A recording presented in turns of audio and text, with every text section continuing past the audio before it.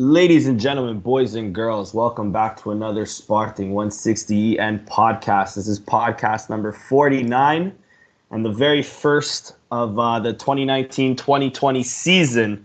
And unfortunately, we're starting off on a very, very bad note. But before we get into it, let's get right into the panel. It's me, Danny, joined by my boy Christian. Christian, how you doing, bro?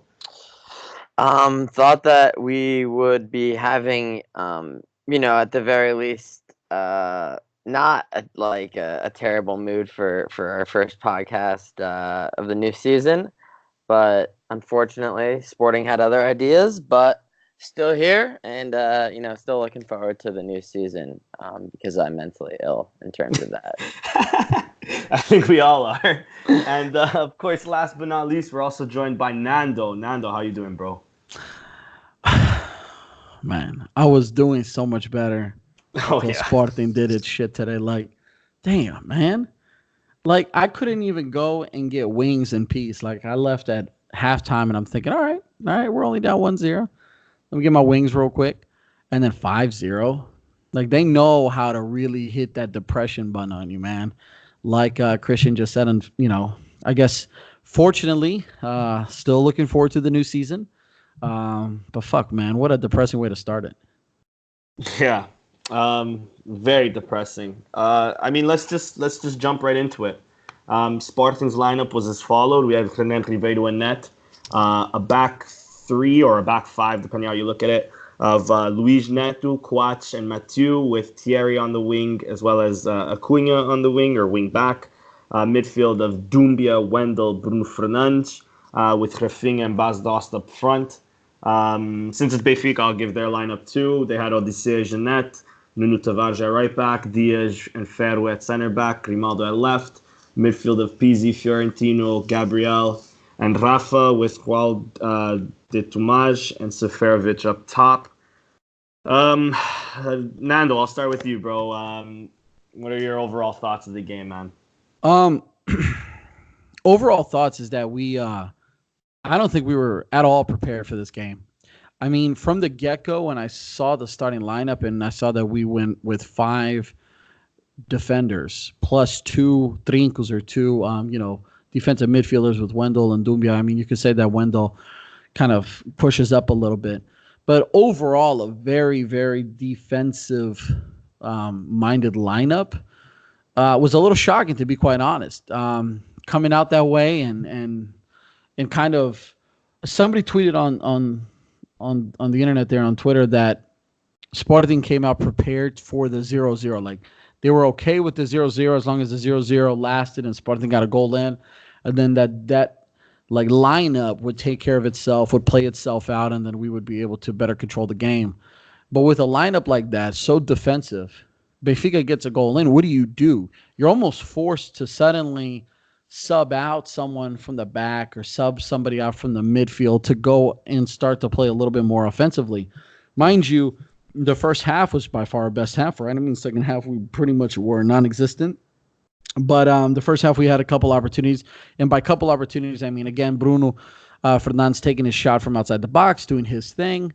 But one thing that also stands out for me is that going forward, and we'll talk about that a little bit at some point here in the podcast, like, what do we do post Bruno Fernandes?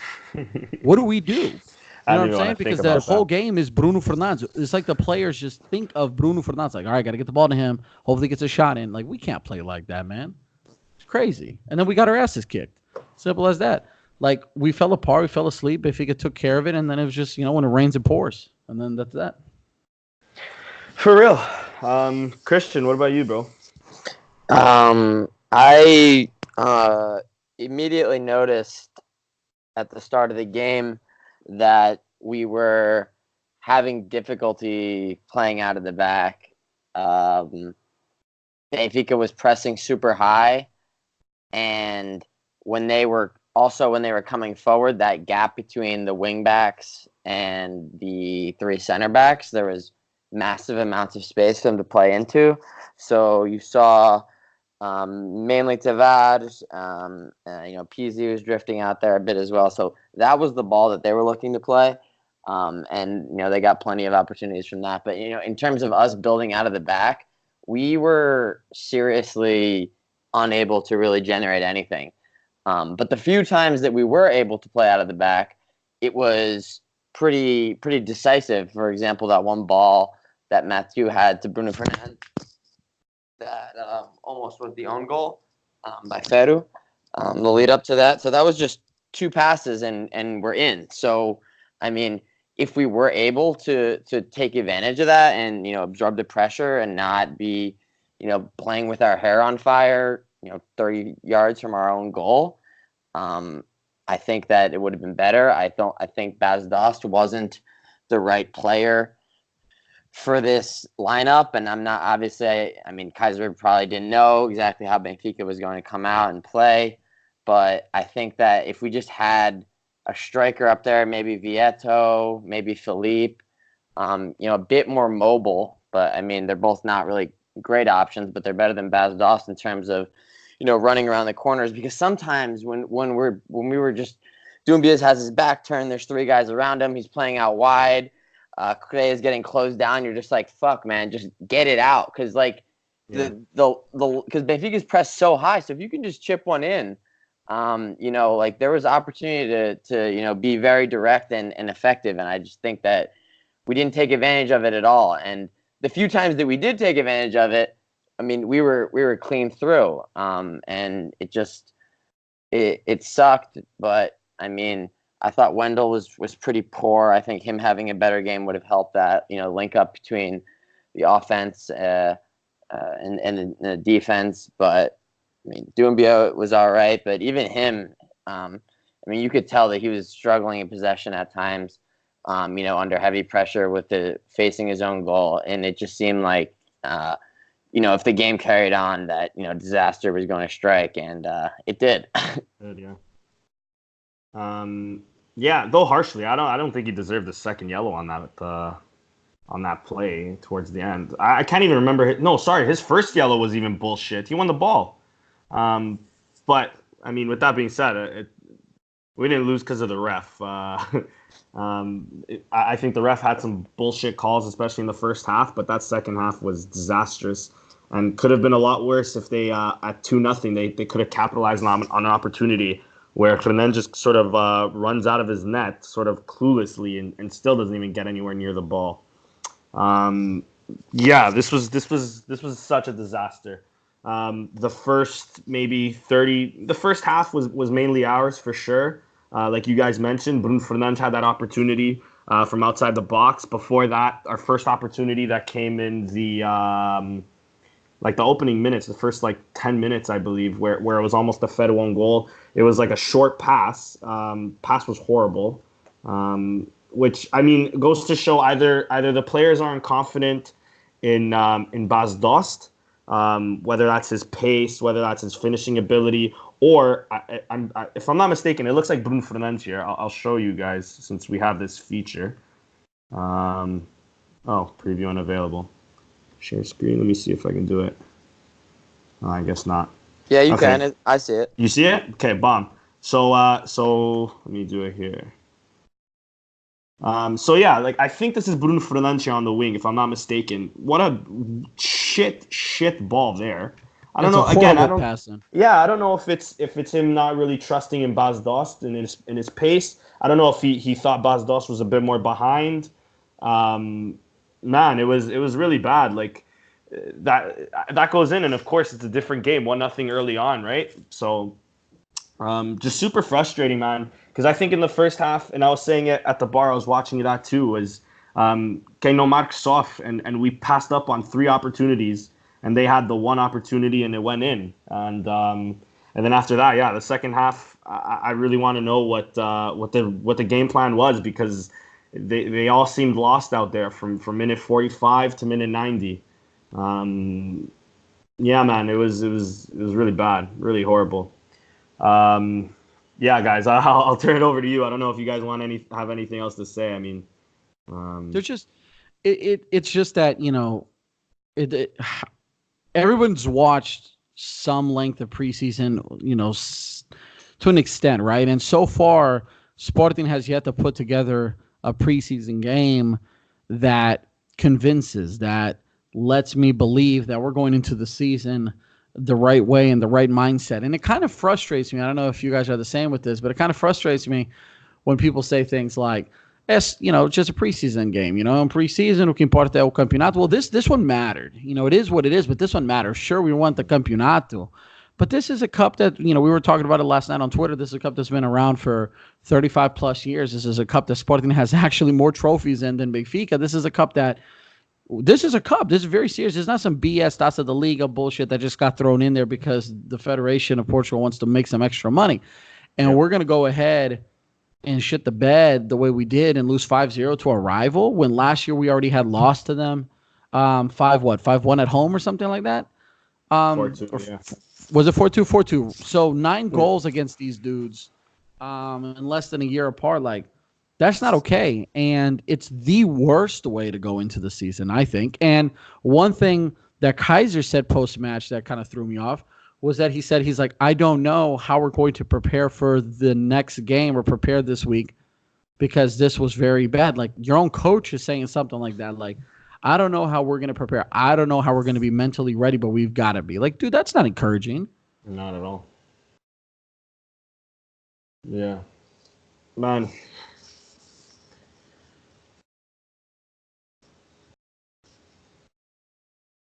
Hello? Did I lose you guys? No, I can still hear you. Okay, my bad. Yeah, very discouraging. And then not even to mention what Varandas said after the game, saying that he's not worried, so why should we be here? We can leave that guy for a whole topic at the end because I'm sure we've all tweeted plenty about that shit. But yeah, fuck that guy. No, for real, fuck that guy. But yeah, that's just it's comical and. It's like you knew if something was gonna go bad, it would happen that way. Like, Sporting is the team that over the past 20 years, sure, Benfica lost 5-0 to Porto once or whatever, but Benfica's been consistently winning. Sure, Porto's lost a couple games where they've lost, a few goals up, but it's like the Sporting way to lose. You know what I'm saying? It's the Sporting way to do shit. And we're just supposed to deal with it. You know what I mean? We're just supposed to accept it and be okay with it, bro. Like, how many times do we have to keep going through things like that? Yeah. Yeah. And not to mention, like, oh man, I don't even. Honestly, I'm lost for words, bro. I have nothing really else to say. Christian, what about you, bro? It just seemed like we stopped playing. Like, so the second goal is the error, the mix-up between Coates and Matthew. Yeah. So that's pretty deflating. And then minutes later, the free kick in off the post, Renan's hands, whatever. It's 3-0.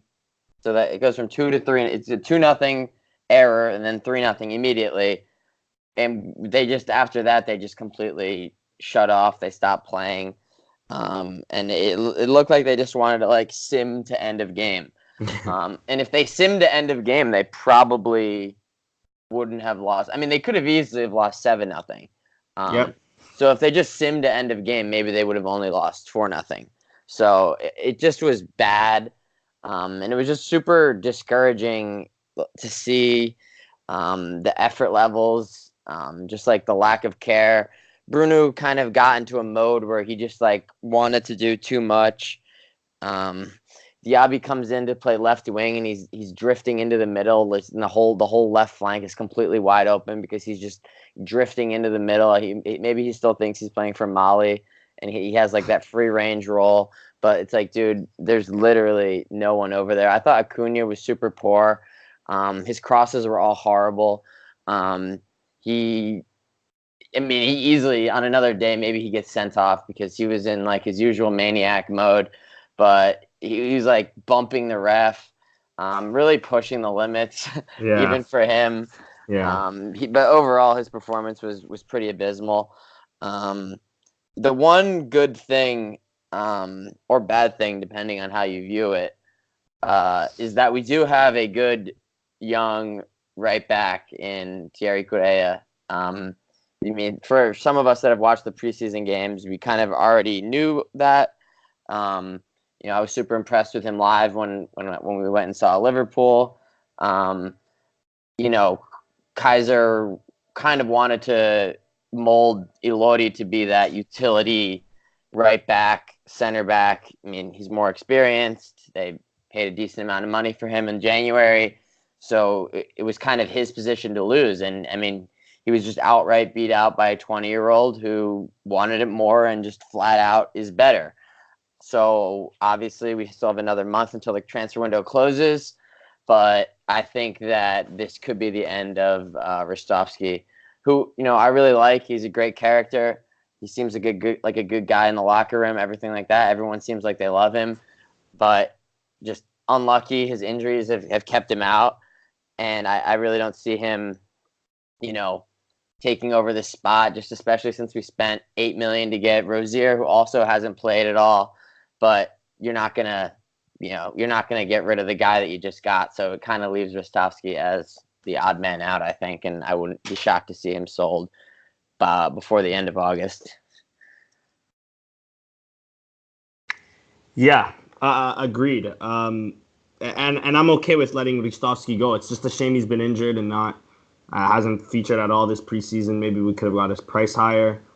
So I was looking through the highlights, just trying to find some words, but really on the fourth and fifth goal, I mean, those things are really abysmal. The fourth goal, Pizzi just simply knocks it past Neto and he bangs it in, free range. That fifth goal, I mean, I don't know what Renan is doing. I don't know what Renan and even the defenders are doing with the Shikingu goal, but mainly Renan, how he doesn't really grasp it. Let me try to bring it here. Right here, I'll share it on here since we have this cool little feature. You guys see it, right? I don't see it. No? Okay, one sec. Yeah, not yet. Share screen. Okay, probably now, right? Yeah, I see it. No, I see it. So, like, right here, where again, Mathieu just stops, gives up. Renan bobbles the shot, and then, I mean, bless Borja's heart. He tried to fucking dive for it, but again, I have no idea how the fuck, like, they just let this go. Especially a guy like Mathieu, who already made a mistake in the second goal. He just isn't stops. even running. Yeah, he just gave up. Completely gave up. Like, He didn't care. it's so frustrating to see. I don't care if we're losing already 4-0 to these fucks. The less, the better. Like, fucking put some heart into it. Especially, listen, and I'll never fault Mathieu. He's still my favorite player on this team. I still think he's a classy defender. I'm not going to start getting at him for his age or anything like that, like I've seen already some people do. But this game easily is the worst game I've seen him in a Sporting shirt. And I think Mathieu's been here long enough and really felt the love of us fans more than most players on that squad to know what games like this really mean. So to see him fuck up on the second goal, it is what it is. Like, we all fuck up like that. I can't really justify fucking trying to nutmeg a guy inside your own area, but whatever. We all make mistakes. But on this play, on just stopping like he did right there, it's just man, it's annoying. And then moving forward, I look at Bas Dost. I didn't see anything from him today that convinced me. I mean, I wish I can say Luis Felipe convinced me, but he obviously didn't have enough time. Preseason, he didn't look great. Like he used to, man. No, he can't. And our play is not like it was with Jorge Jesus. We don't hit those crosses, and we don't got those dudes like Rafinha and everything. They're quick, but they're not the guys that are going to feed the ball in like he needs it. It's not meant for him anymore. And Rafinha was another one pissing me off. Rafinha's been consistently pissing me off on his decision making because he didn't trust Thierry Couré at all. Thierry Couré was up and down that flank, and he wouldn't give him the ball. Especially, there was a point in the first half where Thierry was wide open, like he was doing the overlap, and there was nobody with him because there was two defenders that were dragged out of position from Rafinha. And instead of pushing it out wide to passing it to Thierry, I think he tried to whip in a ball that went nowhere. It was horrible. This is another game from Rafinha, one of the worst games I've ever seen him play. You see that he has the quality. Yeah. But it's just the decision making. It's horrible. Yeah. And I mean, not to go back to I know preseason doesn't mean much, but I at least noticed that too in the Liverpool game. There were so many times where he's running at the defenders or really almost through or whatever, and that final ball just lacks. He's always done that. He just like starts dribbling, and then he doesn't know what to do, so he just keeps dribbling and just puts himself into more trouble. Exactly. Like he plays with his head down too, so it's not like he sees what's around him or something. I don't know, man. It's really annoying. Really annoying. What else can we talk about that happened this game? How do you guys feel? Not to make excuses, of course. I think we were deserved losers. I think we all agree on that. We deserve to lose after that abysmal performance, especially that second half. But what were your guys' overall thoughts on the referee? Do you think there's definitely bad calls?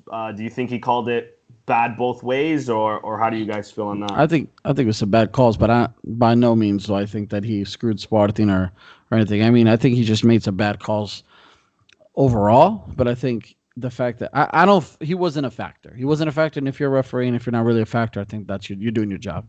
Fair. How about you, Chris? I thought he was out of his league. My personal favorite is Benfica plays a through ball. The linesman puts his flag up. And then puts it right back down. And then he puts it down that the Sporting players stop. And then they end up getting a chance out of it. Yeah. It's like, dude, do you not know how the VAR works by now? If you're unsure, leave it down. Because if you put it up, it's over. And then the ref just keeps playing. It's like, dude, that's not how it works. But yeah, I mean, he was kind of letting it go at first. Pretty soft fouls he was calling, and then the second half he comes out there immediately, everything's a yellow. So there was just absolutely no consistency from him in terms of, you know, like when to issue a booking and when to not. Yeah, I mean, I didn't think he was good. Hopefully he's still in preseason form and, you know, wasn't quite ready yet. It was a little rusty. But yeah, I mean, not his greatest performance. Obviously, it's not his fault that we lost, but I mean, he didn't do himself any favors in terms of like referee evaluation. Yeah, I agree. Marcos Acuña's first yellow, to me, he wins the ball. The follow, I don't understand. Maybe I just don't understand the rules, but I mean, at least in England, if you win the fucking ball, you happen to follow through, so long as you won the ball, it's not a foul, it's not a card. Acuña wins the ball, he barely touches Rafa or whoever it was, gets a yellow for that. Yeah, he chest bumps the referee, he got a yellow already for it. I'm surprised he didn't see a red for it. I'm surprised Acuña finished the game as well. Idrissa Doumbia's he also wins the ball, gets a yellow for it. The red card Doumbia gets is a joke of a red card. Rafa doesn't even fall. He plays the man through, and then Neto happens to win the ball. So the referee decides to call it back and give him a second yellow. That was a joke. There are some calls that they didn't call. I think Bruno Fernandes on Ruben Dias, I was told. I don't really recall that play, but whatever, I'll give the Lampions that. But yeah, this referee was awful. But I agree with you guys. By no means did he affect the game. He didn't gift them a goal. He didn't, or he didn't fuck us over from a goal. It would have been interesting to see what happened if that breakaway ended up being a goal, though. Agreed. Yeah. What do you even do then? They have to go back to VAR and play that, but the play's supposed it wasn't to be offside. Dead. Like, I have no idea. And they'd make I'd be interested to see that because they probably we'd be making up rules as we go if that went in. Yeah. All right, guys. Anything more to say on the game before we talk maybe future or? I just want to delete this from my memory and honestly, hopefully, I mean, we're starting out next weekend at Madeira. We should literally travel on Tuesday for a game on Sunday. Because if we're unprepared to start there, but he already said we're going to be. Yeah. It's so like that's the only way that we can forget about this. Because if we come out and look like ass again and drop points immediately, that is not a good sign. No. And that was Bruno Fernandes' last game. He's gone. He's definitely gone after today. That in a little bit because there's a lot there. So I mean, I don't know what the plan is, lineup-wise, formation-wise, personnel-wise. Vietu didn't even feature today. Hilarious. Plata, not even on the bench. Diaby for some reason is chosen ahead of Plata, even though Plata's had a pretty good preseason in my opinion. Yeah, he's shown more than Diaby has. For sure. He definitely just likes Diaby's like theoretical veteran value, but he doesn't bring anything. It has to be the pace. It's the only quality I see. I don't know. Maybe they're just like what I'm also thinking is during practice, since they don't want to hurt each other, they don't really like clip Diaby like that or really that physical with Diaby, because he must be during training. He must be like blowing past these players or something. Like I don't see, aside from pace, I see nothing else in him. He doesn't have a shot. He doesn't have a left foot. He's not even that great on the ball technically. He's not a good passer of the ball. He doesn't cross the ball well. I mean, I'm repeating shit I said all of last season, but just to see him come on when we were 3-0 down or whatever it was for Kouach, I couldn't put into words the disappointment. Even to see him at the bench, forget the game, to see him on the bench ahead of Plata, like you mentioned, was oh man, it was beyond me. It was wild. Like it was. He didn't. In his defense, though, he didn't have any other options. Camacho was hurt, injured. Okay, but then Plata. Who else? Matheus Pereira is another guy. I have no idea why. If we're trying to sell him, why aren't we playing him to try to get his value up? Yeah. What are we afraid? He gets hurt? He gets hurt, it might be better for us. He stays. It's literally impossible for him to be worse than Diaby. There's no way he is. It's literally impossible. Yeah, it is. We saw him play last season. He played in the Bundesliga. And he tore it up. He won Nuremberg's fucking best young player. They got relegated, bless them, but fucking he was still their best player in a tough league. Are you kidding me? Playing the German teams. Yeah, exactly. He scored against Mönchengladbach, if I'm not mistaken, and they're not by no means a bad team. They're fucking one of the, at least like what's the word I'm looking for? They're definitely mid to upper table. You know what I mean? In the Bundesliga, they're a solid team. Mönchengladbach. He scored against them. That's the only ones I'm remembering right now. But yeah, Matheus Pereira did well. Even when he featured in preseason, the 2 games, and that he took over Bruno Fernandes' spot. I mean, for a winger, I thought he played a number 10 pretty well. He moved the ball well forward. So again, that's another situation where I have no idea. We're going to talk about Bruno Fernandes. I said this earlier in preseason. If he is gone, we have a replacement right there. We don't need to spend another 8-10 million on a guy who definitely won't bring the same impact, and it will take a while just to adjust to Portugal potentially. You know what I mean? So, yeah. We botched it though. Like, you know, think about it, guys. This game that's it for Bruno Fernandes. You know what I mean? Like, obviously he has to go.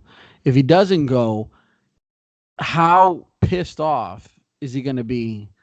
Plus, how unproductive is he going to be? Because I think he kind of swallowed his pride a little bit. Granted, there's a lot of shit there. You know, I think his agents and stuff made some extra money off of the whole resign, no, I'm coming back thing. But he swallowed his pride. He had a killer season. Nobody's taking that away from him. And I think Sporting absolutely mishandled this whole situation with him in this offseason. Because we're talking about a guy now that we know is going to leave. Now it's a matter of how much money we're going to get from him, right? We all want at least 60 plus, 70 even, because I think less than 70 is some bullshit. But how does Sporting play without him? We have yet to play preseason really without him. We have yet to prepare without him. We have yet to try valid, actual solutions on the pitch for a team without him. And yet the first game that actually mattered, we played like as if we need him more than ever. Everything was played through him, for him, and about him. And I think Sporting completely botched this offseason and how they handled the Bruno Fernandes plan. Honestly, you gotta get rid of him early. No, you're good, bro. I just think that you got to get rid of him early, and you got to force the team to start to prepare without him and get that shit out of the coach's head. Because at this point, like, we're going into the first game of the season, and is he there? Is he not there? I mean, you said there's a month left. Like, is he going to play a few games? Like, what's up? There's a week left if he leaves to England. Yeah. If not even that, I think. I think it's what, the 9th? 8th or 9th, yeah. 8th or 9th? Yeah, so So yeah, I'm with you, Nando. I have no idea. What were you gonna say, Christian? I think that maybe that they were trying to do that because he has been playing like slightly out of position. He had like when we played against Liverpool, we played a 4-4-2 and he was playing left midfield. Yeah. Like they were trying to test Vieto in that spot. I mean, obviously it didn't work that great. And even today he was playing like second forward, like left side. I mean, I think his best formation, his best position is the point of the triangle in a 4-3-3, and we haven't played that, and he hasn't played that position. We've even played a 4-3-3, and he's been the left winger in the 4-3-3. So he has been a little bit, not up to his best game, but he still is creating all of our goals or scoring them. And he's been playing out of position for a lot of preseason. There isn't a replacement for him on the roster. They're going to have to go to the transfer market and find someone. And if you get some guy from Argentina, it's obviously a crapshoot. Yeah. Yeah. I mean, again, I try to look even at last season. We barely played Gerald. We preferred to play Bruno Fernandes in the Taça da Liga than play than a Gerald or something. So it's not like we could have even looked to our academy because, I mean, we don't really have any our overuse, I think, of Bruno Fernandes these last 2 seasons, especially last season, has been our downfall on us trying to see a future without him. Because I agree with you, Nando. I think he's inevitably gone. I think the game plan was to keep him so we can play against Benfica. I don't know if they thought. I mean, they for sure didn't think of a 5-0. I don't know if they were that confident that they would beat Benfica, even though they reinvested in their team fairly well. I mean, I rate the Tomás kid, or guy, I should say. I wanted him at Sporting when we were linked to him the past 2 years. So they definitely have a clinical finisher after getting rid of Jonas. So I don't know what their thought process of keeping Bruno Fernandes, if he is going to be sold, which I'm pretty sure it's inevitable. Now it is. Yeah. If we won today, there was a 15% chance that he would have stayed. There is now a 1% chance. So why do you think he would have stayed if we won? You think because that would give him... I think that the offers they're getting are bullshit and that they know they're bullshit, and they would have said, "Fuck you guys! Like, we'll just keep him. We'll pay him the salary, the $4 or $5 million, whatever it is, and fuck you guys. Like, you don't buy it, whatever. Try again in January. Like, Sporting runs the risk with him of doing what they did with Patricio and Carvalho, where they had them both at an opportunity to sell at their highest peak, I think right around 2016, 2017, right around there. And Sporting didn't do it, wanted more, didn't do it. And then got to the point where it's like, well, shit, now if we sell them for less. If we keep them, we got to commit that these guys are to stick around forever. I just don't get why his value isn't higher. It's because, it's a Sporting... Jorge Min's president. That's the culture of Sporting. Sporting has become, Sporting has been for probably the past 10, 20 years, a club where other teams know they're going to get what they want out of him. Sporting's just going to fold over and play dead. I don't get it. I don't know why, but it's a culture that Sporting's created. It works for the presidents that have been there, except for one of them. But yeah, dude, it's mind-boggling. It's frustrating. It's easily one of the things that pisses me off the most about Sporting is when you guys a guy like João Felix or whatever, who's no one arguing his talent, but definitely we all know he's not worth what he was sold for. But then you got guys that are actively as good as Bruno Fernandes, and then we still know that he's going to be sold for what? Anywhere from between 50 and 70 million. If we're lucky, we'll get 70 million. If we're lucky. And we won't get all of it, obviously. Get about 80% of it. Yeah. And yeah, I agree. I also have no idea what Manchester United are currently doing in terms of their strategy in the market, because it doesn't make any fucking sense. So having to rely on them because I mean Tottenham's offer is hilarious. It's laughable. And apparently Bruno prefers a move to Tottenham over Manchester United. At least those are the reports. So I mean, if Tottenham's really wants to sign him, their offers are just frankly they're just too low. So when I saw that Real Madrid was getting in the race potentially the other day, I thought that was really good because that could drive the price up, and obviously they have unlimited money. And if nothing else, a bidding war would be the best possible thing to happen in this situation. But I haven't really seen anything more since then. And I mean, there's a very high chance that Bruno Fernandes isn't on the team for the game against Maritimo, because if he goes to England, he'll be gone. So Yeah. they're gonna have to figure something out. And if these English teams are serious, then they're gonna have to pay. The loss screws us up in the Bruno Fernandes thing, because a win forces these teams to pay a little bit more because they know the Sporting has the leverage, like you said, Christian, in which, okay, we won. We want to go forward into the season with all our best talent. We would like to keep them. Come forth, give us the best offer. Now we've lost. Now they know that Sporting lost leverage. Sporting's stressed. Sporting's, media's going to get on Sporting's back. Man, that's just watch. I'm going to say that boy gets sold for probably like $55 million with incentives or some bullshit like players comes our way or something like that. Yeah, I wouldn't be surprised either. Especially if he goes to Tottenham. I was going to say Daniel Levy, their owner, is known to be a fucking a stingy prick in terms of transfers. So he made no transfers for 2 years. Yeah, and then got like one of the most underrated midfielders in the world, or at least in Europe, on the cheap. Well, how much did he get in Dombele for?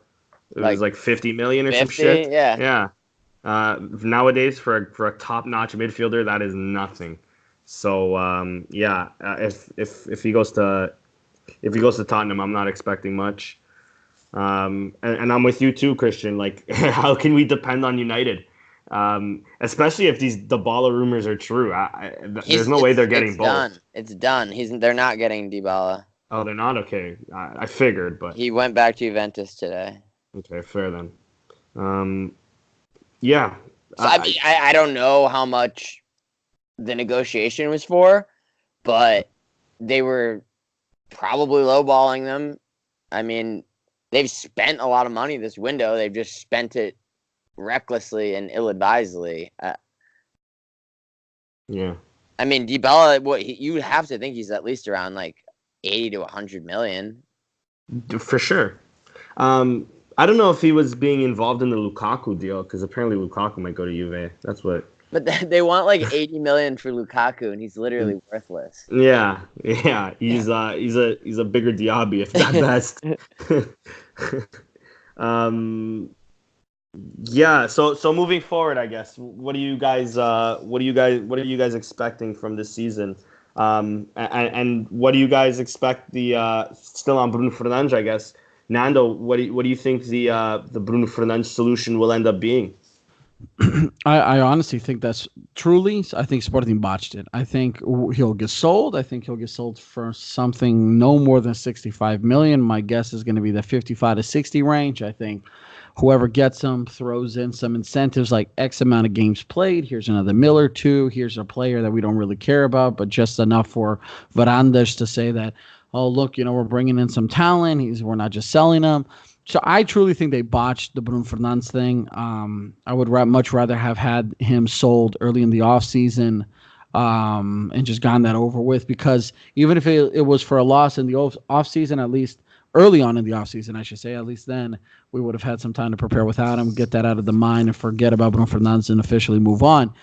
I'm concerned that Sporting fans are already in depressed mode. You know what I mean? Like, we have this horrible ability to just immediately think worst case scenario all the time, but at the same time, can you blame us? Like, Sporting has only made us anxious and worrisome and depressed more often than not. We got to go into the season hoping that things are going to be better, and this is the year that if we don't win it, I think it'll be 19 years without the title. Yep. So there's that. If anyone else is counting with me, because I don't want to break an 18-year streak and make it 19. Like that shit's obnoxious. Like that's sickening. That's not what Sporting was founded on, and what Sporting was or is, and that's not okay. But with that being said, like last year when we talked a lot about Kaiser and whether or not like he was the right man for the job, I hate to say that maybe he isn't now, but now it's like we can't go ahead and swap him out at this point. But it leads me to believe that more than ever, Sporting needs a coach that's going to be the absolute opposite of a Varandas, not a yes man, not a Meguinho, not someone who's just going to say the right things and do the right things and be nice. Like we can't have that. We can't have that trickle down from the top down, because it just doesn't work that way. It doesn't work like that way in other teams. If the coach is nice, the presidents are more aggressive, the front office is more aggressive. And a Sporting, like Nani said the other day, he said, well, we all have been thinking and feeling for a long time. Sporting's biggest problem is Sporting. So, like, what do, right? Do we go back at this whole thing where, like, president out? We tried that. That doesn't work because everybody loves the guy. Well, the 71%, the older farts. Like, we're fucked. I'm sick and tired of this shit. Just having to sit here and hope that one year we just put it together. I want some consistency. And we had it. We blew it. Yeah. Sorry, my dog's distracting the shit out of me at the moment. I don't know what the hell he's trying to do. Sorry. Yeah, agreed. But the thing is with that, like, it's way too early to even. I think to even we shouldn't even be contemplating Kaiser gone, because I mean the season's just started. And two, even if he does leave, I agree with you, Nando. We don't need another Kaiser, another Meguinho. But do you really realistically see a Varandas getting a guy like? I mean, we had Milolovic, right? I know it wasn't Varandas that let him go. It was Sousa Sintra. But I agree with you. I think Milolovic, of course, we'll never know. But a guy like Milolovic would really bring the best out of some of these players, because he'd be strict with them. He'd be stern with them. Well, you need it, bro. Like, you know, almost who I would love to see now at Sporting is like a guy like Sapinto again. I was just about to say that too. Dude. I mean, if Sapinto would almost fucked up a flight attendant, I think these players would fucking shit their pants. To think oh, yeah, bro. I mean, like... but yeah, totally agreed with you there. I was a big Kaiser fan. I still have faith that he'll hopefully turn it around, because I do agree with his style of play. I do like playing within the lines and stuff like that. It's just some decisions that he makes, mainly in terms of personnel, that really rattle my brain, like we talked about earlier with Yabi and stuff. I don't want to repeat myself, but you know what? No, sorry, man. I was gonna say, like, Nani had another quote the other day that said that when the big games come up and the big moments come up, and you look at a Porto and a Benfica, and they always seem to figure out a way to win that 1-0 game, that scrappy game, that not pretty game. Right. And it seems that Sporting always finds a way to not win it unless it's the Taça. And I think it's gotten to the point where now the Taças are our saving grace. It's like, oh, mas ganhamos a Taça, meu. Like, shit's not bad. And it's only because it's only because we know how to really, like, defend for our lives at some points. Because it's just one game knockouts. That's it. Exactly. Sporting's only good for that NCAA tournament style bullshit. Exactly. It's exactly that, where you hit the nail right on the head. Where, and I mean, that's coming from us losing a cup game today, mind you. But we are a cup team where the mentality is we hold on for as long as we can. And Nando, I mean, you even mentioned this earlier from a tweet you read. I read the same tweet. We try to hold on as long as we can. A 0-0 or a 1-1, or even if we're losing 1-0, we try to hold on, try to nick a goal, and then we hold on and pray for penalties, because over these last few years, maybe we definitely have some confidence going into penalties nowadays. Ever since we lost to Stubal, I believe it was 3 or 4 years ago, or whatever it was.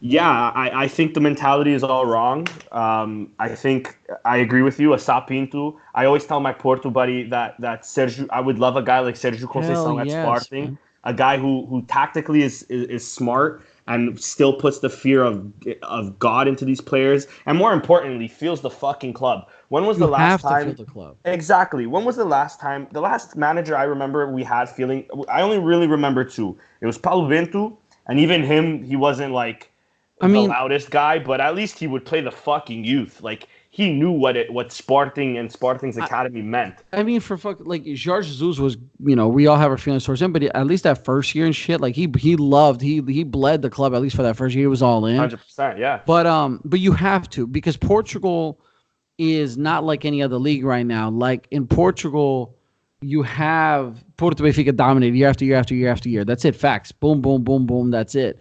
And it's played outside of the lines. It's played in the media. It's played in the secretaria. It's played in the court systems. It's so much going on to the point where like you have to have a guy that literally says like, we're going to do more than what we're expected of, that hold these players accountable. Because if it's not going to be the president, which sure as hell ain't going to be the president, like that guy is not going to do that. He's not going to do that. He doesn't know how to do that. He's not suddenly going to learn how to do that. He knows he's got people in the back end that he has to appease. So if it's not going to be the president, because before it used to be Bruno Carvalho and fucking old farts hated that, then it's got to be the coach, right? It has to be the coach. And Kaiser is not that guy. Like he might be that guy. He's like that lame duck that we say in like American sports. He's gonna sit there. He's gonna do a couple hand claps. You know who he reminds me of. If you guys follow NFL, like I'm a huge Cowboys fan. He's a Jason Garrett type of dude. He's gonna sit there and he's gonna be like, all right, that's not a bad play. You know what I mean? Like it's okay. It's all right. Like next time, that's not gonna cut it. That's not gonna win his titles like that. It's not gonna win us a campeonato. Yeah, agreed. All right. So moving forward, what are our expectations of Sporting this season? Christian, I'll start it off with you, dude. I definitely think that at least personnel-wise, even if you discount Bruno Fernandes, that the team is theoretically better than it was last year. I think that Neto is a decent addition. Yeah. I think that, I haven't really seen much from him so far, but I'd like to see Camacho play. Seems like a decent utility man. I think that Rozier, obviously, could be pretty good as well. I don't know too much about Enrique, or Eduardo Enrique, but, he's probably going to have to play now against Maritimo because Gumbi is going to be suspended. But, so we'll see him in action. But it just seems like we have a bit more depth. Now, it will be interesting to see which of the players from the youth that end up sticking on the roster and the ones that end up getting loaned out, because there is still some time to see. Technically, Gelson Dalla needs to be resolved. Bragança needs to be resolved. Mateus Pereira needs to be resolved. Plata needs to be resolved. I wouldn't rule out any of these players getting loaned out. I think it's possible that they all get loaned out. Yeah. So it'll just be interesting to see what happens as the squad takes shape over the, remainder of the month of August, because I do think that there is still a lot of cleanup to do. Maybe another signing or two would be nice, but I maybe one more. I think that if Bruno Fernandes gets sold, they'll buy an attacking midfielder for like 8 to 10 million. But realistically, expectations probably the same as what they always are. See if we can make a run in the Europa League more than we did last year. Similar to the one that we made and were edged out by Atletico Madrid 2 years ago, and then Atletico Madrid ended up winning the title. I think hopefully we can be competitive in the league the whole time, or at least until the very end. As you know, most of the teams now that win the league in Portugal don't drop too many points. They'll come out of the gate slow and drop points in, like 3 of the first 5 games, then our chances of winning the title are so slim just because the margin for error is basically like 0 at that point. The last like all the teams that have won the title in the last like 5 years have dropped points in like 7 games. You used to be able to win the title in Portugal with like 60 points. Now you need like 80.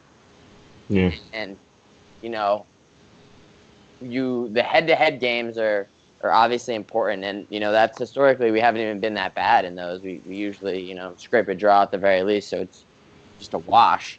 But it's the games against all the other teams that we struggle, and you don't see too often like the 5-0 batterings of Moreirense that Benfica puts together. I mean, regardless of how good of a season that specific team is having, it usually doesn't really matter. And some team, Tondela, might be in 16th place, but they'll always give us a hard time no matter what. And I mean, Guimarães might be having a good season, or Rio might be having a good season. They'll be in 5th, and we'll batter them. So it's complicated, and I think that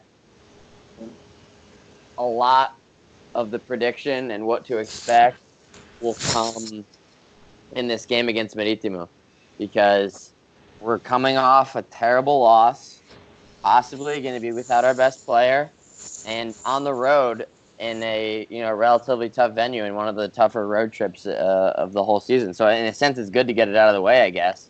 But it'll be a real gut check for these guys, and I hope they're up to the task. Yeah, agreed. Nando, what about you, dude? I think Christian nailed it, man. The biggest thing was we used to be able to win the league with 60-some points. Now we can't. Is Sporting currently are they a 75+ point team? I don't think so. I don't think they are. So if you can say that, and everybody feels pretty confident that they aren't, then your next question is Benfica and Porto currently a 75+ point team? And I think they are. And that's our problem. So where do we get better? Where do we find improvements? The way we're going to improve in the immediate is with money from a Bruno Fernandes sell. But we can't just be reckless with it because we can't afford it. So we're back to that shit. So I think this year is going to have to be a year in which Sporting lingers around long enough, like we did after the first 18-year drought that we ended, in which we lingered around long enough, made some pretty strategic moves at the deadline. At that time, I think we brought in like a Mapenza and a Cesar Prats or some shit like that. And then we beat Porto in a game at home that got us in first place, and then we held on. You know what I mean? Like, I think that's the way Sporting is going to have to get there this year. I think it's going to have to be a lot with our opponents not doing well. Can you guys hear the noise? I don't know if you guys can hear this. Yeah, it sounds like a wind turbine. That's crazy. Is that for me? It just stopped. I don't know what that was. That's crazy. I don't know. But I think that's the way we're going to have to do it. We're going to have to just kind of linger around long enough and hope that the other guys make some mistakes. Because honestly, my expectations for this year is that I believe we're going to finish in 3rd place again. It smells a lot like 3rd place. Yeah, dude. It's just like, same. What the fuck? Like, why can't we just feel good about going into the season? But how? I don't know. I can't do it, dude. I don't see us doing it any other way than just kind of linger around long enough. The rivals screw up, and think about it. If we linger around long enough that we can make a move at the end, I mean, we have the games in place, right? We finished the season away at Porto, home against Guimarães, away at Benfica. If it's not going to happen then, it's not going to happen. You know what I mean? Like, sure, we might screw up before then, but if we're going into those games with a chance for the title, we might very well control our own destiny. So we just got to get there and then let the rest play out.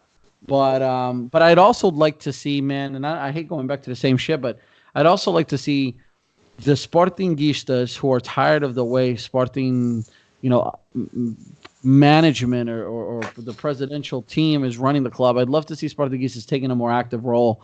The ones that live in Portugal, and making sure that comes to an end sooner rather than later. Like, assume Sporting's not having a good year and things aren't going well, they got to look into methods that they use in other countries, that they use in America.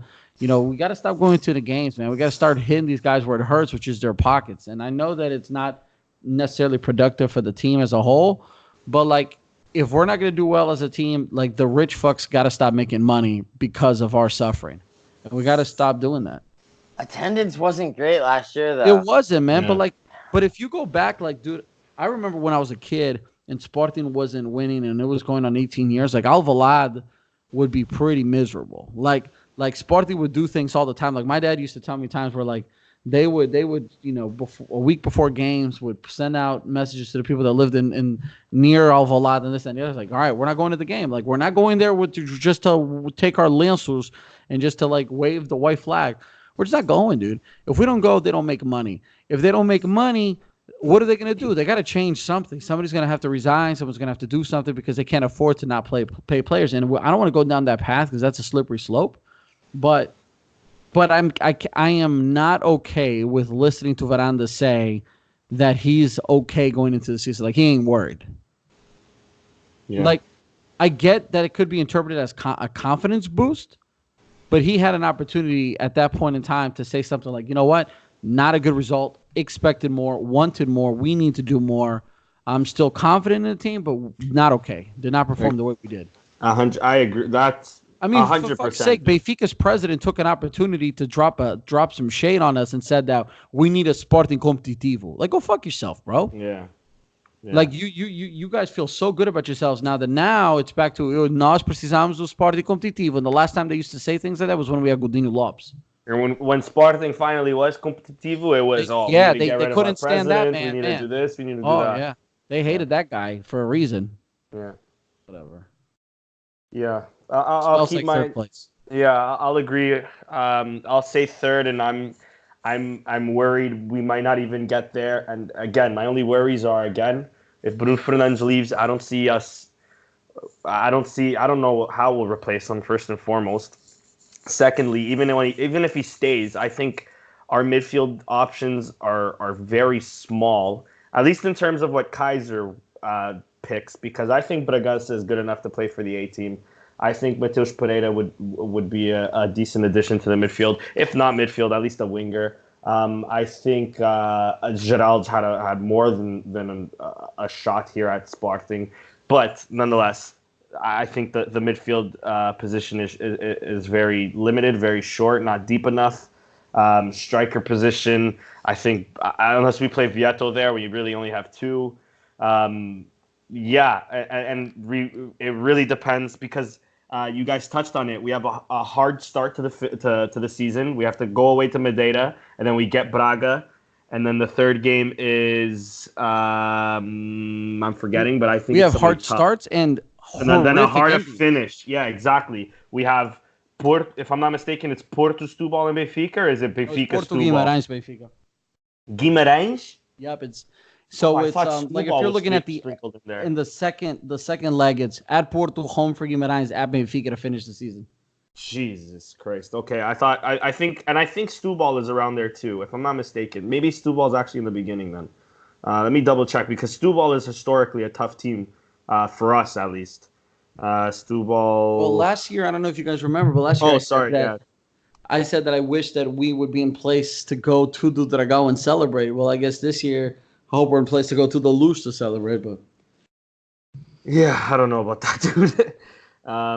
I do not know about that. No, but yeah, that's what I'm saying. I'm agreeing. I'm saying third, and as of right now, I would be very scared to even believe in third.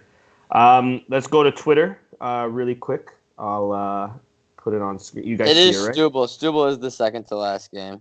There you go. It's Setúbal for real? Yeah. Fuck, tough. Setúbal typically is tough. Anyways, here on the Twitter account, asked some people to send in some comments. First is from Josie Pereira. He said, as bad as it is now, after a 5-0 loss, let's not forget where we were last season.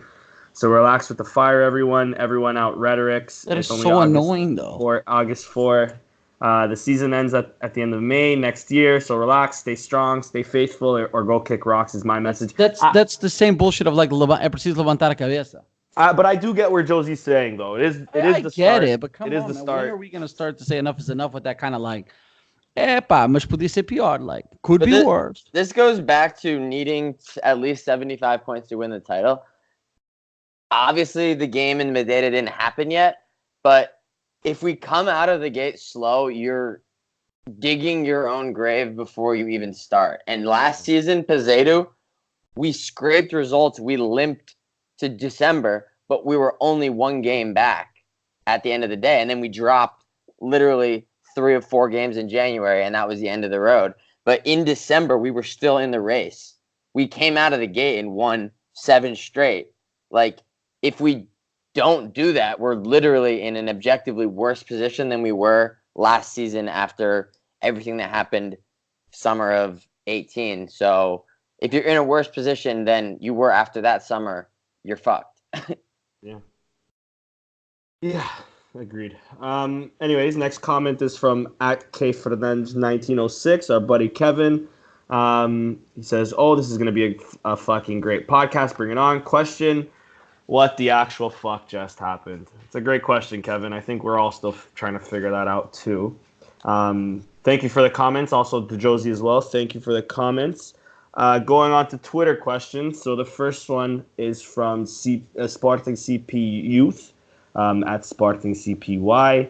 What are your impressions of the preseason? Christian, I'll send this one to you only because me and you we went to a Liverpool game together. So talk to me about what are your overall thoughts on preseason and even the Liverpool game. It was noticeable how bad Elordi really is when you see it live. Because he was shocking. Yeah. And then Thierry Correa came in and played out of position and was noticeably better. So I had a feeling that unless Kaiser was so rock-headed that he kept going with Elordi, that something had to change because you just can't keep playing that guy. And Correa was much better. And even today, I mean, he was one of the best players on the field. And I think that he definitely played his way onto the team. For sure, going to be on the roster. And I mean, if we loan him out, we're so fucked. Yeah, we're so stupid if we do that. So that I was really impressed by him. The other striking, I guess, observation is what the plan is for Vieto, because I've seen him play 3 positions. I've seen him play striker in a 4-4-2. I've seen him play attacking mid in a 4-3-3, and I've seen him play out wide in a 4-3-3 as well. And I truly don't know what his best position is or what's going to end up happening with him. Clearly, Kaiser was trying to integrate him, and obviously we spent all this money on him, so he kind of has to play. And here we are, down 4-0 in the 75th minute. He could have easily subbed him on to play wide on the left, but he goes with Diaby, who's had absolutely no preseason, and this was his first game with the team. So what does that say? Not good. Yeah, agreed. Next question comes in from Joel Da Silva at Joleon_073. Nando, I'll kick this one to you. Based on games played so far, how would you rate the new players 0 out of 10? I can ask both of you, actually. Yeah, we'll go through one-on-one if you want. I will. Yeah, I'd appreciate that because I haven't had a lot of chance to watch a lot of preseason games. I've been following along. I'll talk a little bit about just Neto and Correa because they're the ones that like stand out. Correa because I think, like Christian just said, the fact that he's had some opportunities to play out of position but do well says a lot about his ability as a young player.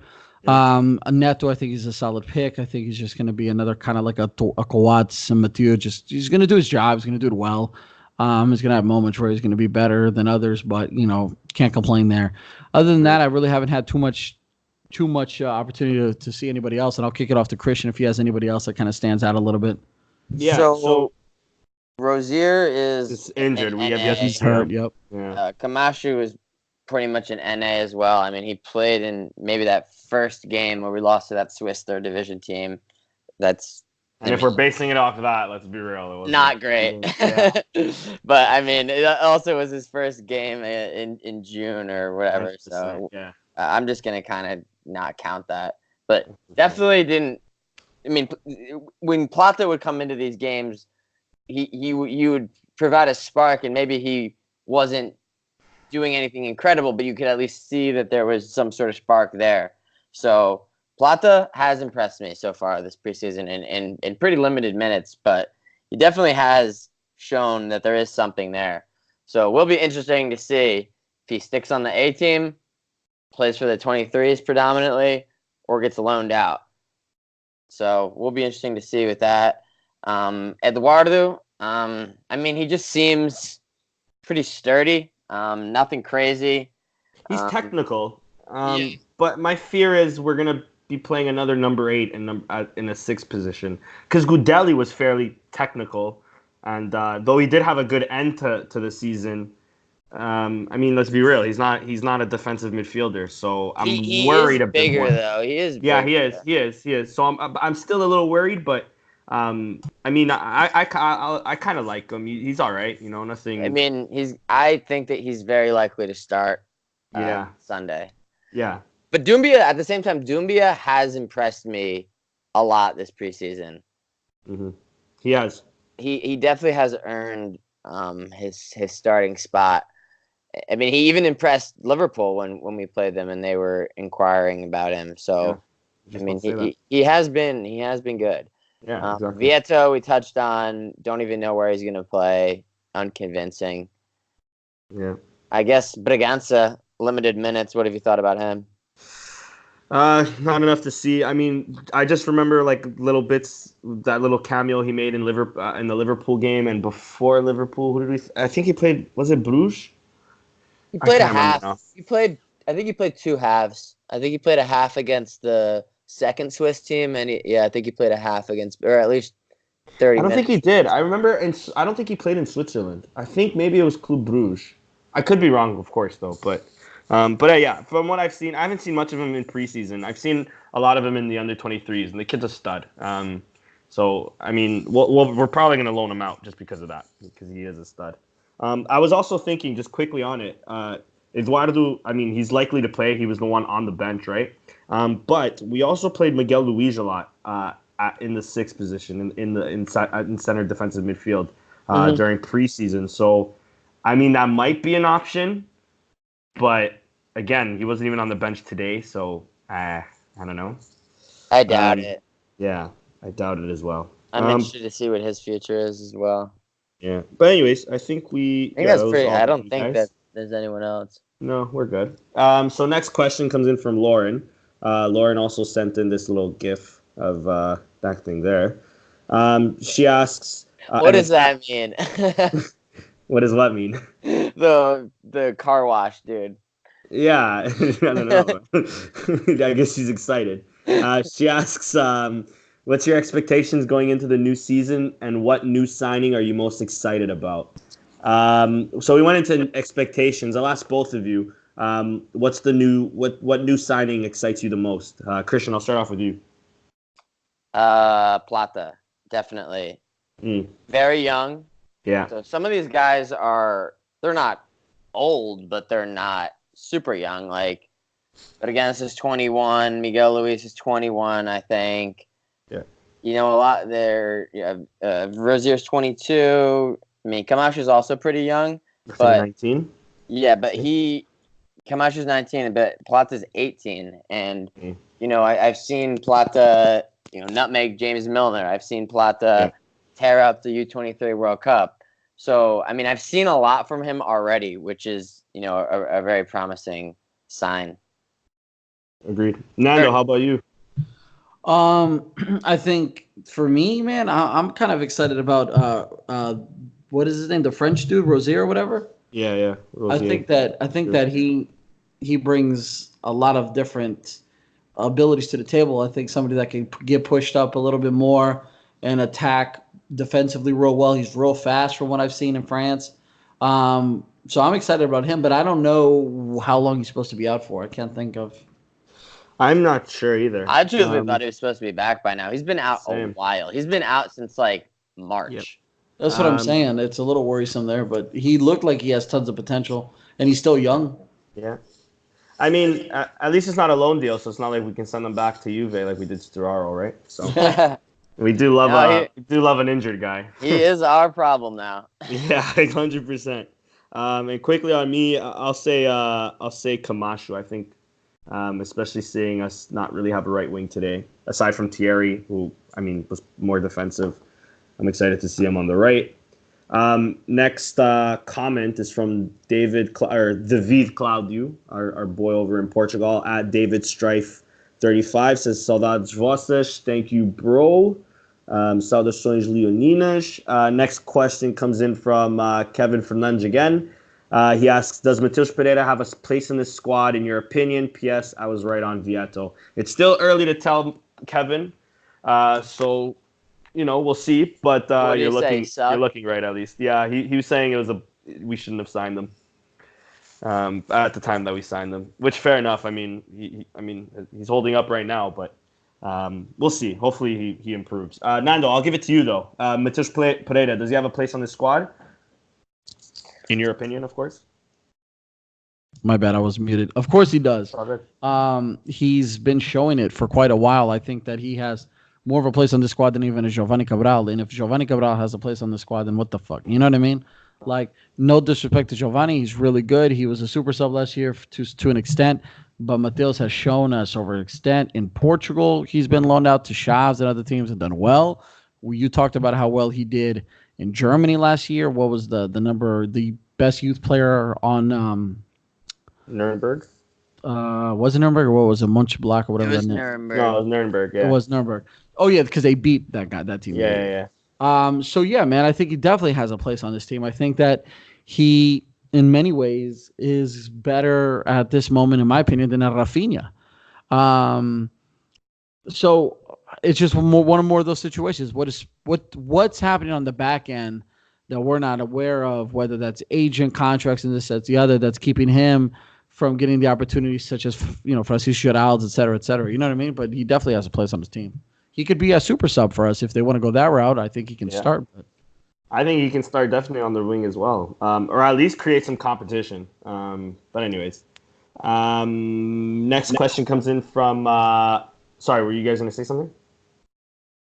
No. There is a lot of wingers. Yeah, there is. So that doesn't really help his case either. But. That's true too. Anyways, yeah. Next question comes in from Sporting CP Youth. He asks, he's our boy from Germany. So, I'll try to. So it's how many games do we have to see this shit with Varandas and Kaiser? We should do a straw poll. Maybe we have two people who can be our new coach and our president. Great idea, dude. Real question: do you guys think Kaiser will leave us this season if we play like we did today, or will Varandas still go with him? Christian, I'll give it to you. Do you think we'll sack Kaiser by the end of, or do you think by the end of the season Kaiser will still be our manager or our coach?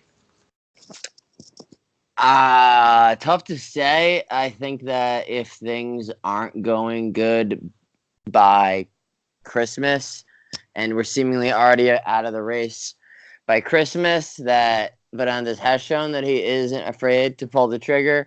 Peseiro wasn't doing that bad results-wise in the league, and he still pulled the trigger on him, so I do give him credit for that. It was that terrible loss to Estoril that I think kind of sealed his fate. But if the results aren't there, I think that he is probably gone. But I do think that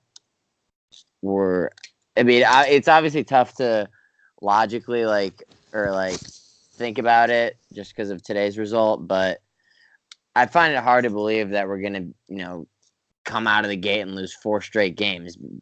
He'll be gone if that happens. But yeah. I do find that a bit hard to believe. Yeah, agreed. And quickly, a comment on that last question from Hysterical at BMSP21 says, I think none of them will have to leave because what happened today won't happen again this season, despite the fact that many people want it. I hope you're right, dude. I hope that never happens. Not only this season, hope this never happens again. Last question comes in from João Leão at the Portuguese SCP on Twitter. He asks, do we truly have a play style? Some say it's working it up with passing, but then why would Dost be in? Others say it's crossing, but I don't even recall Dost heading the ball. Me neither. It's just I don't confusing. recall him touching the ball. I remember him touching the ball and fucking up a terrible pass where we could have went through. Aside from that, yeah, I don't remember. I don't remember him. I forgot to mention this earlier, but a couple times if he just ran, like he was in. Like Fedu really didn't have that great of a game, I thought. No, he didn't.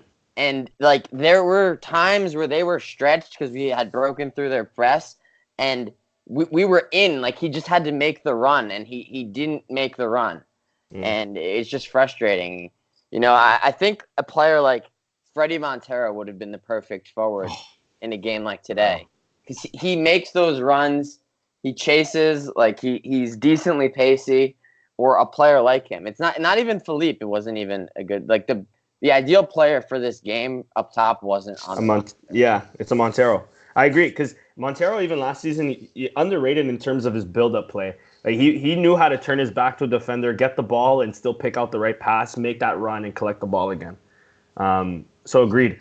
Quickly, Nando, do we have a play style? What do you think, dude? No, I don't think we do at all, man. We don't even have. We've played every formation. We played 3-5-3. We played 4-4-2. We played 4-3-3. We don't have a style, man. It's just you know. The only style I've seen us have is trying to play through the lines, and that was about it. And I think after those 7 incredible games of Kaiser ball, Portuguese league clued into it really quickly, and that's all we play is just try to find a pass between the lines. Yeah. Sorry. Nah, man, you're right. I mean, I don't think we have a play style. I think our play style is like, how do we like approach the next opponent? But I don't think Sporting forces the opponent to adjust to us, because we don't even really know what we're doing. So yeah, fuck them. Yeah, agreed. Anyways, thank you guys for sending in your comments. Anything left? We have anything left to say, boys? Woo! Thank Here God we that's go over. again, guys. Yeah, shit. Here we go again. All right, guys. Great podcast. Hopefully, I'm really hoping this records the screen. Yeah, once you hit the end recording there, it should get posted for all of us in the little chat group to see, man. I'm excited about this. I think this is gonna be pretty dope. Yeah, I mean, it was a little different, just for the viewers who haven't really or the listeners who haven't really tuned in on Twitter. We were going through some issues because YouTube is a little bitch. So, I mean, we're doing it on Skype now, so I don't think we'll do it live anymore, but I'm kind of liking this better, if I'm honest with you. Yeah, I think it's going to be more immersive, man. Give people a little bit more feedback of like us, showing them like how much we care, how much we're looking at their messages, comments, analyzing the plays live, yeah. You know what I mean? Facts, exactly. Agreed. So yeah, hopefully a better what's the word I'm looking for? Hopefully the season goes better than this game. Looking forward to another season with you boys on the 160EN podcast. Looking forward to another season with our listeners, and again, hopefully this is the only bad episode we really have, and the rest is just us jerking off to a bunch of Sporting wins and Sporting plays. I'm doing that kind of circle. Yeah. Facts. Anyways, guys, thank you all for joining us.